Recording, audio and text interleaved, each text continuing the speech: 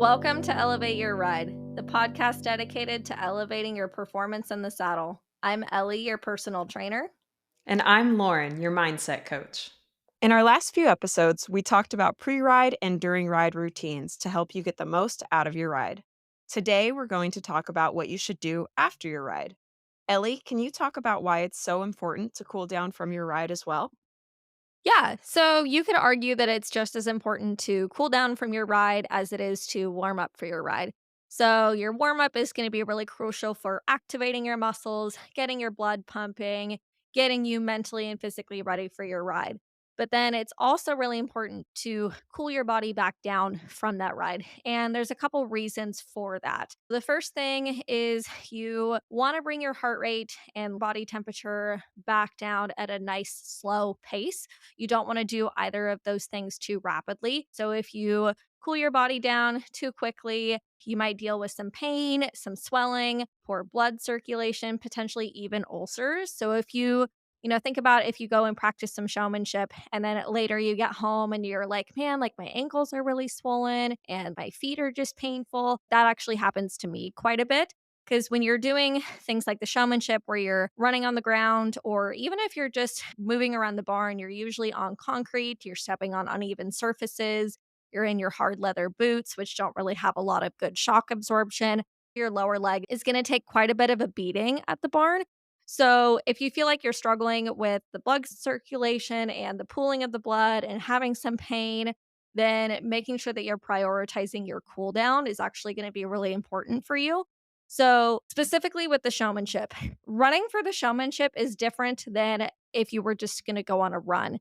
So, when you're going for an actual run, you're focusing on getting a little bit more knee and hip bend, you're lifting your legs up, and then your upper body is slightly leaning forward to keep you moving forward. That's going to be how your body absorbs shock the best. But that's not how we run in the showmanship. We stand up nice and straight. We hold a horsemanship position and we ask our knees and our hips to have as little bend as possible. Well, that shock has to go somewhere. So it usually just goes right into the lower leg. So, like I talked about a second ago, I experience really bad pooling of the blood and inflammation and pain when I get home from the barn. So, I have to make sure that I'm cooling my body down after I do the showmanship. So, for me, I have to ice when I get home. That's going to help pull that inflammation and that swelling out of my leg. I do some foam rolling, I do some static stretching. Those sorts of things are going to help me when I get home. But it's also important that when you're done with your ride or you're done with your showmanship, that you bring your body temperature and your heart rate back down slowly. You don't want to go straight from doing sprints with your horse in the showmanship to then just walking out the barn. You want to do a couple laps of walking. You maybe want to do a couple light stretches. You don't want to just immediately stop activity. So that part is really important. And then also when you're riding as well, right? Like hopefully you're treating your body the same as you would treat your horse. You wouldn't just go lope a bunch of really fast circles and then immediately put your horse up, right? You're going to be taking care of your horse. You're going to be walking out for a couple laps. You're probably going to do some carrot stretches when you get back to the cross ties. You might even do some cold hosing if you had a really hard ride and you can tell that your horse is going to be a little bit swollen. Right? Like, think about all the things that you do for your horse, and you need to be doing the same thing for yourself. Another thing that's really important is cooling down like that, where you do a couple laps of walking, you maybe do some light stretching. That's going to help remove lactic acid. So, lactic acid is produced by your body when you exercise. That's the release of carbohydrates into your body, which is what's going to give you energy. There's lots of conflicting research about whether or not that actually causes muscle soreness. Some studies say that it absolutely causes muscle soreness, some say that it doesn't. But either way, it's still a good idea to stretch after you ride. So, ways that you can remove the lactic acid are low intense activities. So, that's like walking, foam rolling, stretching, that sort of thing. Obviously, I don't think you have your foam roller at the barn. So, that could be something that you do when you get home. And then another thing that's really important is you really need to refuel your body after you work out. like I said, with the lactic acid that's produced by carbohydrates being released into your body during exercise. So you need to replenish those carbohydrates. A good source could be some pasta, some bread, things like that, complex carbohydrates to help replenish those carbohydrate stores. And then it's also really important to have some protein afterwards as well. I've talked about this before, but muscle is actually being built during rest, not during the activity. When you're strength training, when you're riding, you're actually breaking your muscles down. And protein is going to be the building blocks that helps build those back up and create muscle growth. So, refueling is going to be really, really important for after your ride. It'd be great if you could eat a carbohydrate and protein filled meal about 30 minutes, maybe 60 minutes after your ride or workout. And then another important thing is obviously going to be stretching, right? So, static stretches is ideally what you're going to want to be doing after your ride and after your workout. So, static stretching means to take a muscle into a lengthened position and hold it for 30 to 60 seconds. A couple muscles that tend to get really tight when we ride are the calves, the hamstrings, the back, sometimes the chest, those sorts of areas. So, to stretch out your backside, my favorite way is to do forward fold. So, you would stretch your arms up over your head, reach up, do a calf raise, and then bend over and touch your toes. And you would stay here for 30 to 60 seconds. And this is actually going to release your entire backside. It's going to release your back, your hamstrings, your glutes, your calves, all those muscles. So just hang out on the floor, count to 30 seconds, and then stand back up. And if you still feel like you're really tight and you need more stretch, then I would do it again. So that's probably my favorite way to release the entire back. For the calves specifically, like I said, if you've been doing a lot of running on hard surfaces, your calves are going to take a beating. So you want to take a little extra time to release the tension in your calves. So my favorite way to do that is probably a wall calf stretch. You just stand right in front of a wall, or you could use the mounting block as well.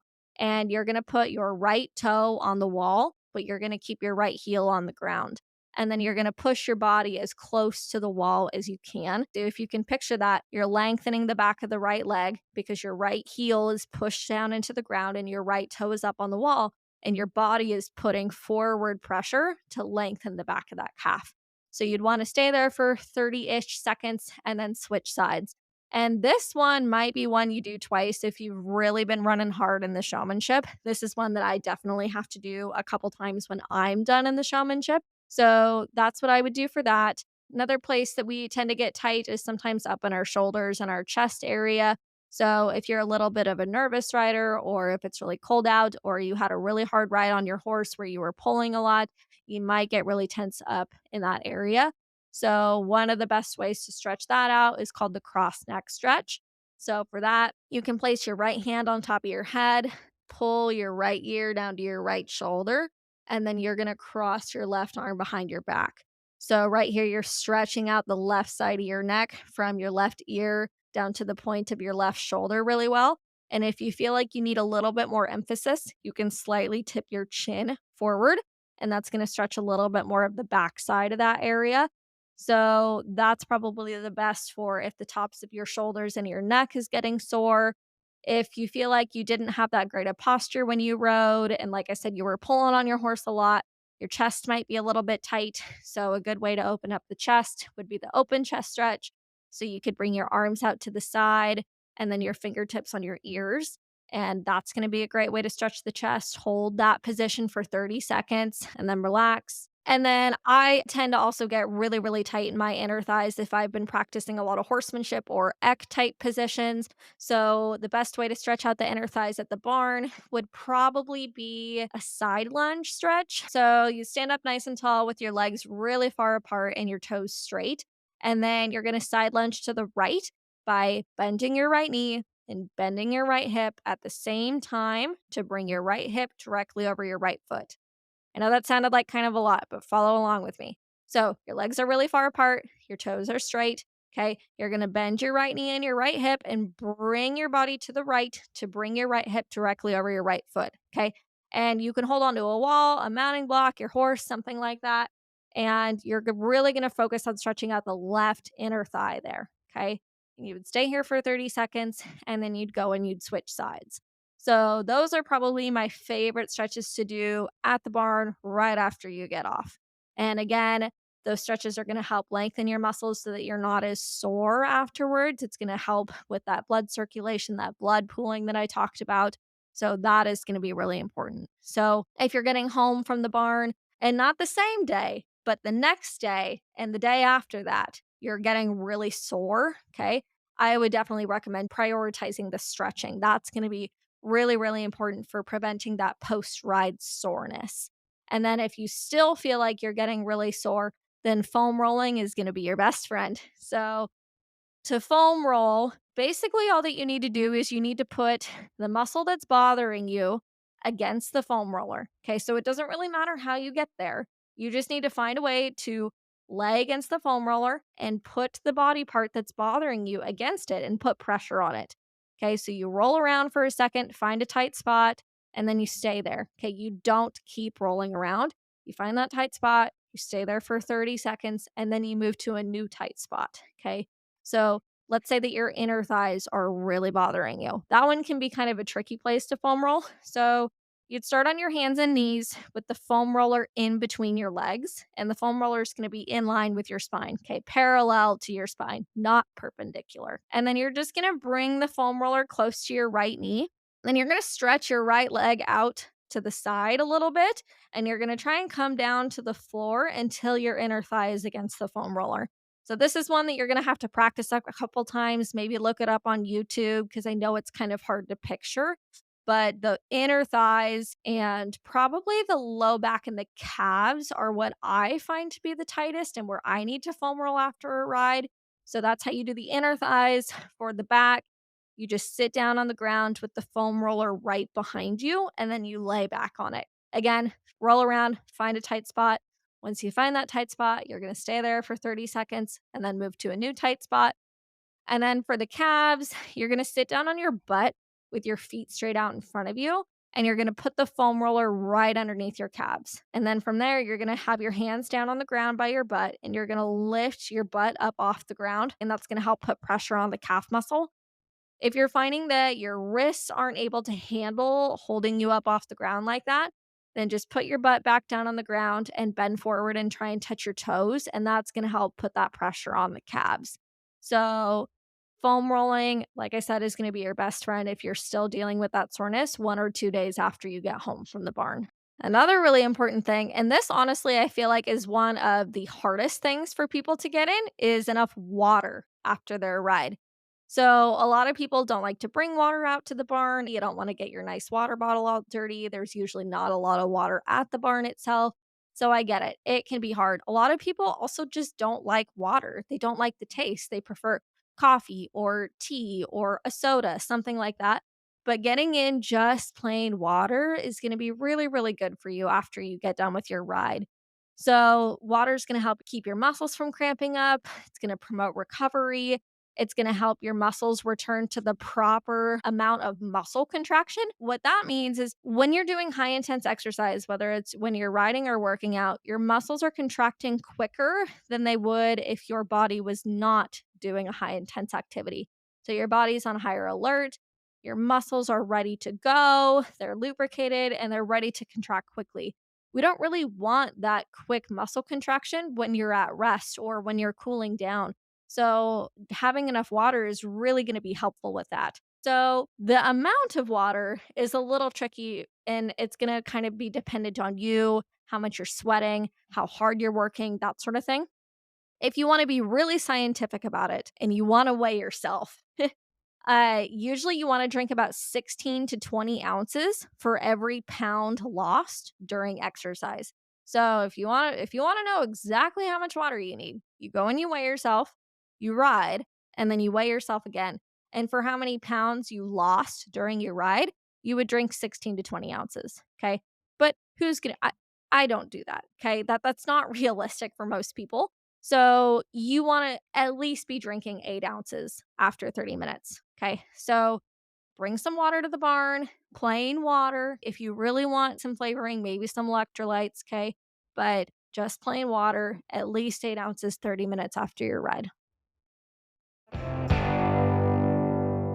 Hi, everyone. It's your personal trainer, Ellie. If you're looking to become a stronger, more balanced, and flexible rider, I'm here to help. I offer virtual personal training sessions and customized workout plans that you can complete on your own. As a fellow competitor, I understand the physical demands riding requires, and my goal is to help you perform your best for your horse, whether you're preparing for a show or just want to improve your everyday rides. Visit lopindowntherailfitness.com or click on my website tab in the notes of this podcast episode to learn more. Let's work together to elevate your ride. That's super interesting. Okay, All that was extremely helpful. Like, thank you. that's definitely something where I do parts of it, but I've never thought about, like, the importance of it, right? It's kinda one of those things that I've done in passing where especially the showmanship, I'm like, "Okay, I'm gonna go walk a few laps now," because that was exhausting and that was hard, but thinking that I need to cool myself down after a ride, I've never put maybe as much emphasis on that as after listening to you, I realized that I need to. Like, I especially if you're riding English or if you're galloping big fast circles, there'll be times where I am huffing and puffing and I've worked up a sweat. I've worked really hard. And so hearing you discuss the importance of cooling myself down after that really is gonna, I think, be really helpful in my next few rides. Let's take, for example, let's say I did English and I did 2 point and I'm done and my inner thighs are sore and I'm huffing and puffing and my trainer has said, "Okay, you're done. Great job." If I cool out my horse while I'm on their back, is that considered a cool out for me if the horse is just walking and I'm flowing with them? Or should I get off and hand walk the horse? Would that be a better cool down for me to get off and hand walk? That's a really good question. So, I think a little bit of both is going to be a good idea. I don't know that there's specific research out there that is going to say, for the human, it's better to cool out on the horse versus on the ground.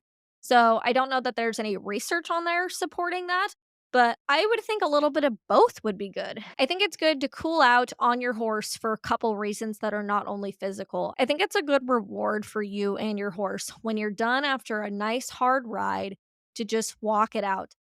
Have some of that post ride visualization. Think about all the things that went well. Think about the things that you need to improve on. Like that piece, I think, is really important. And I think it's easier to stay connected with your horse when you're actually on your horse. And I think that your horse might feel a little bit more connected to you and feel a little bit more of that reward if you're on them, right? You're going to be on them. You're going to be patting them. You're going to be relaxed when you're on their back. Like it's a good spot for you and your horse to be at. So I think that that is important to cool down on the back of your horse. From a biomechanics perspective, I think that doing a little bit of both is good.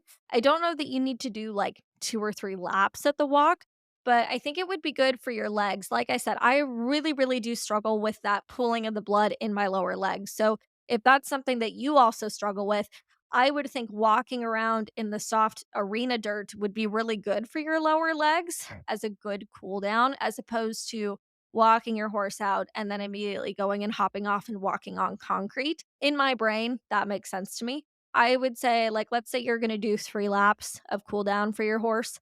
Maybe do half of that on your horse and half of that off your horse. I also think it's good for your horse biomechanically for their cool down to also have you not on their back, right? Because think when you are on a horse's back, they have to engage more muscles and they have to work harder when you are on them. So, not only for you, but for your horse, it's probably a good idea to not do 100% of your cool down on their back. For sure, that makes a lot of sense. And then how about when I go to do my stretching afterwards? Is there kind of a time frame that I need to get it in? Or can I take my horse back, unsaddle them, wash them off, and then do the stretches? How important is it to do it immediately? If you were a client of mine and we had just finished an exercise and you said, hold on, can I go do some laundry? Can I go do some dishes, that sort of stuff? And then can I come back in 15 minutes and then do my stretching? I would say that's not Yeah, ideal. yeah, when you put it that So, way. looking at, right, like looking at it that way, where let's look at the writing as if it were a workout. I would say that's not ideal for a client. So, I would think it would be the same at the barn. But doing something is always going to be better than doing nothing. So let's say you finish your workout and you are going to get your cool down stretches in, but you have to go and do something first. Go do that thing, but then make sure you come back to it, right?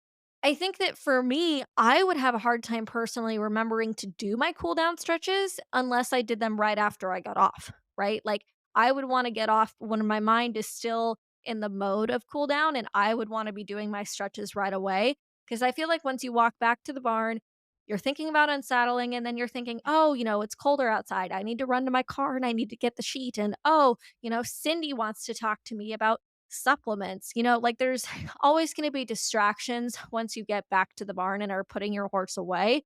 And then you're going to be thinking, oh, it's so cold outside. I just want to get back to my car. So I would say it would probably be best to do it right after you get off your horse when you're still in the arena. But if you have a green horse and you don't feel like you can do your stretches while you're holding on to them, I would say listen to your horse, listen to your body. Doing something will always be better than doing nothing. For sure. And I feel like that's kind of a big reason why we wanted to start this podcast and share the information that you've been sharing is that like we are athletes and riding these horses is a physical endeavor. And listening to you, I'm like, I do not take my recovery after a ride as seriously as I take my recovery after a workout because all the things you're saying, I'm like, it makes total sense. But in my mind, I'm like, oh, I just finished just riding, right? But with the Right. warm But up it's a and workout. exactly the warm up and the during ride routines that you've talked about, I'm like, yes, those make complete sense to me. I do them all the time. But the post ride, I am missing that piece. And I'm really, really excited that we had this conversation today because I think it's going to be a big game changer into the recovery for me. So thank you for sharing all those things because it makes so much sense when you put it that way. Yeah, especially when you talked about would I go do laundry before I did my stretches? Absolutely not. Yeah. Yes. Yes. Are you looking for that extra competitive edge, struggling with show pin anxiety, or looking to set and achieve meaningful goals with your horse? Schedule a session with me, Lauren, your dedicated mindset coach. As an experienced competitor, I understand the mental demands required to excel at the highest level, and am here to support you in building a plan to help you stay accountable in reaching those goals. For more information, check out laurencervelli.com or click on the website link in our show notes. Let's work together to elevate your ride. So I have a question for you. What specifically, like, was there anything specifically that I said where you're like, ooh, I relate to that, or ooh, I need to do that? Yeah, the stretches, right? Because I do not do that after a ride, but yet here I am. I've been riding pretty hard because I'm getting ready to go to Sun Circuit, and I'm like, my lower back is tight. Well, after listening to you, well, maybe if I would stretch after I rode, we'd have a little bit better situation going in, right? Because before the ride, I do Right? our routine. During the ride, I make sure that I have the proper engagement and activation. But then afterwards, I get off and I take care of my horse. She gets her stretches, but I don't. So that was a real, real big key there. So I'm excited to report back and let you know how that goes in a few days if we add that in. So do you ever foam roll when you get home from the barn? At night, I do foam roll, but I haven't been this week. Okay. So you do the foam rolling, you're going to add in the stretching. Is there anything else that I mentioned that you currently do? Like, do you eat after you ride? Do you drink after you ride? Are you doing a couple cool down laps? Like, what are the things that you are currently doing? Yep. So I'm definitely doing the cool down, especially after showmanship. I do the cool down after I ride, but it's usually on top of the horse. And then I am a real, real big advocate for drinking water just all day long. I like regular water, so that part's not a big problem for me. Probably the eating, I would like to try to maybe make that a little bit better. I'm good about eating before I ride, but getting that kind of replenishment after I ride that's something that I found really intriguing, so I'll have to give that a shot too and see how that goes. Hey, Elevate Your Ride fans. Are you loving our show and looking for a way to show your support? Check out our line of Elevate Your Ride merchandise. From stylish t shirts to cozy hoodies to journals and hats, we have everything you need to represent your favorite podcast. Ready to gear up? Click on the Buy Our Merchandise Here link in the podcast notes, or head on over to our website, elevateyourride.co, and click on the Store tab. Thank you for your support. Make sure to like, follow, and share our platform with your friends. So, something that I haven't talked about on here yet is I actually struggle with vertigo. So, about a year and a half ago, maybe longer than that, I don't know, a while ago, I got hit with a really bad bout of vertigo. And I was actually diagnosed with vestibular neuritis, which is inflammation of my inner ear nerves. And basically, when my inner ear nerves get inflamed, I get really dizzy. So, I have to make sure that I have to eat before and after my ride. Otherwise, I'll get dizzy. And I rarely get dizzy on the horse. If I'm already dizzy and then I go ride, riding sure as heck doesn't help. But knock on wood, riding in itself has never actually made me dizzy. Thank goodness, right? But Yeah. if I don't eat before and after my ride, I will get dizzy. And there was actually a couple weeks ago where I was riding a horse and we were practicing some patterns and my trainer was kind of, talking with somebody and I had assumed that we were done. And I was starting to feel a little dizzy and I could just feel lightheaded and I knew I needed to eat. And my trainer said to me, she was like, "Oh, like sorry, we were going to run through the pattern a couple more times." And I had to say, "No, I need to take care of myself. I need to go put the horse away. I'll just tie him up and I need to go sit down and I need to eat for 15 minutes and then I can hop back on and then we can do the pattern again." But in that moment, I knew that I needed to take care of myself and I needed to advocate for myself because I feel like it is super hard to advocate for your health and for yourself in those moments, right? Like, I'm here at my lesson. I'm supposed to be practicing my patterns, right? Like, that is the number one goal. But I knew that if I didn't sit down and I didn't go eat, I was going to get really dizzy and then that wouldn't be safe for me. So, I think that finding that balance of taking care of yourself while also pushing yourself is really important to find.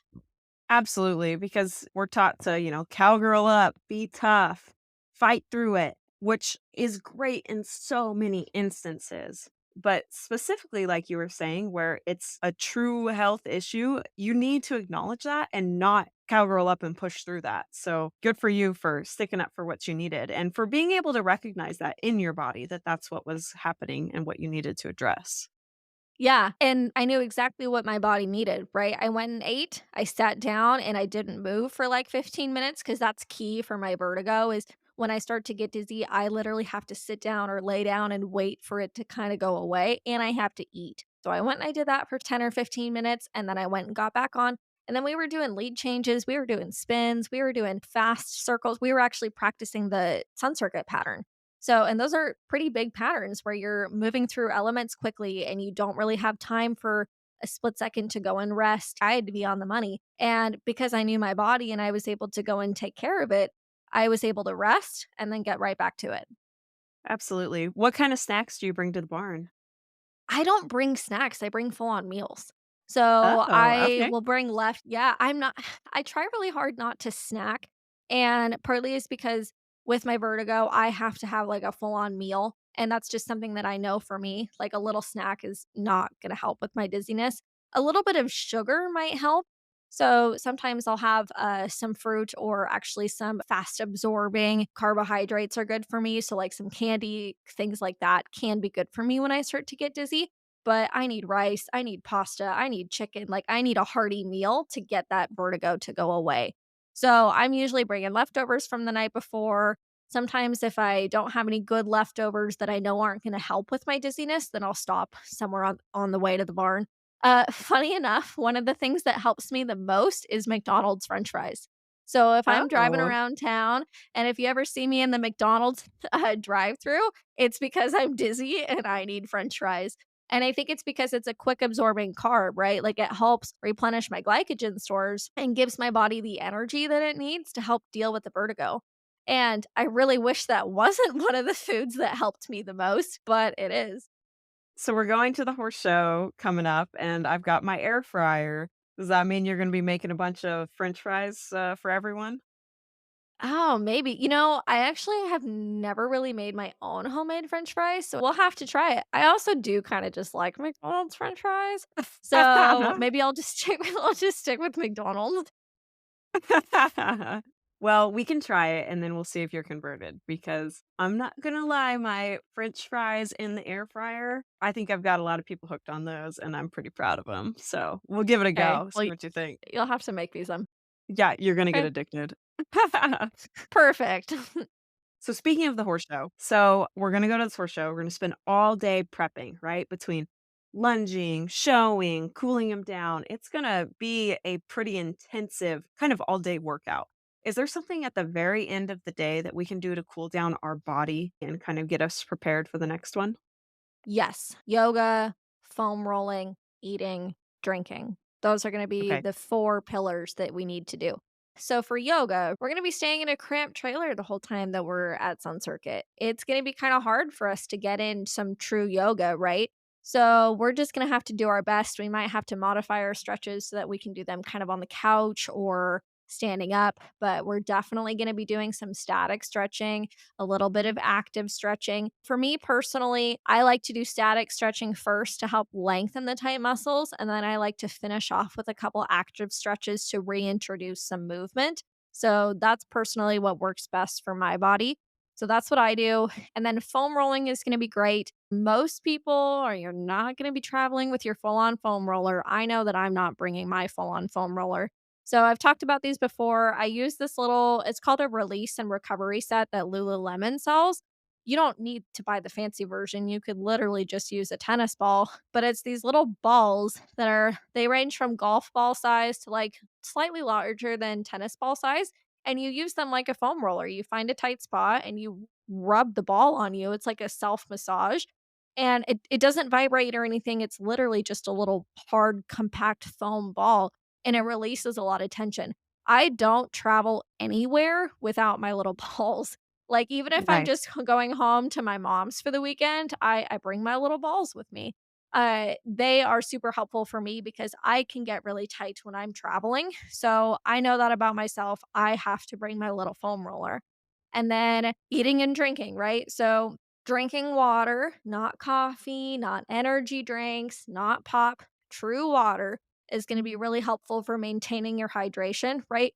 Because think about how crappy you feel when you're dehydrated. You're not going to be able to perform well. Your body's not going to work as well as it should.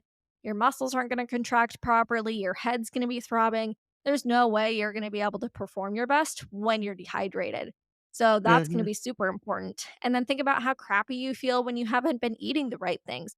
It's super common at horse shows to just eat the quickest thing that's ready and available because we usually don't do a very good job of meal prepping or planning ahead. And sometimes that's not to our fault. It's just how horse shows go. There's not always healthy options available. So just do the best that you can to be prepared and just focus on having not necessarily quote unquote healthy meals, but meals that you know are going to recover your body the best. So I know that for me, that means I need to be prioritizing protein and carbohydrates. I probably don't need as many fats when I'm at the horse shows, but I know for me, I need to be getting my protein and carbohydrates in for me to perform my best in that specific week. So those are the 4 things that I will be focusing on. Okay, that sounds like a plan. Well, I'm excited to see what we can do together this week. Yeah, it'll be good. Thank you for listening to Elevate Your Ride. Find us on Instagram and Facebook, all linked in the podcast notes. We'll see you next time.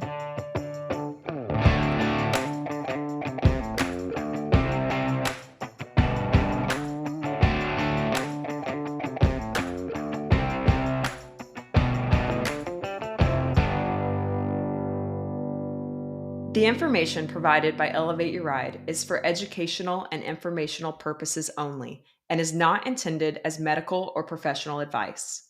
While we discuss health and fitness topics related to equestrians, the content provided through this podcast is not a substitute for professional advice. The views expressed by the host and guests on Elevate Your Ride are their own and should not be taken as professional guidance. We strive to provide accurate and up to date information, but we cannot guarantee that the information will be applicable to every individual listener or that it reflects the most current research or guidelines. Before making any changes to your health and fitness routine, we strongly recommend consulting with a qualified professional who can provide personalized advice based on your individual needs and circumstances.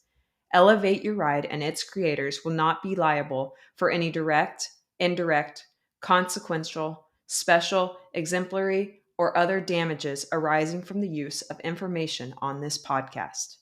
Thank you for listening to Elevate Your Ride. We are committed to providing high quality content and appreciate your trust in us as a source of information for your health and fitness journey.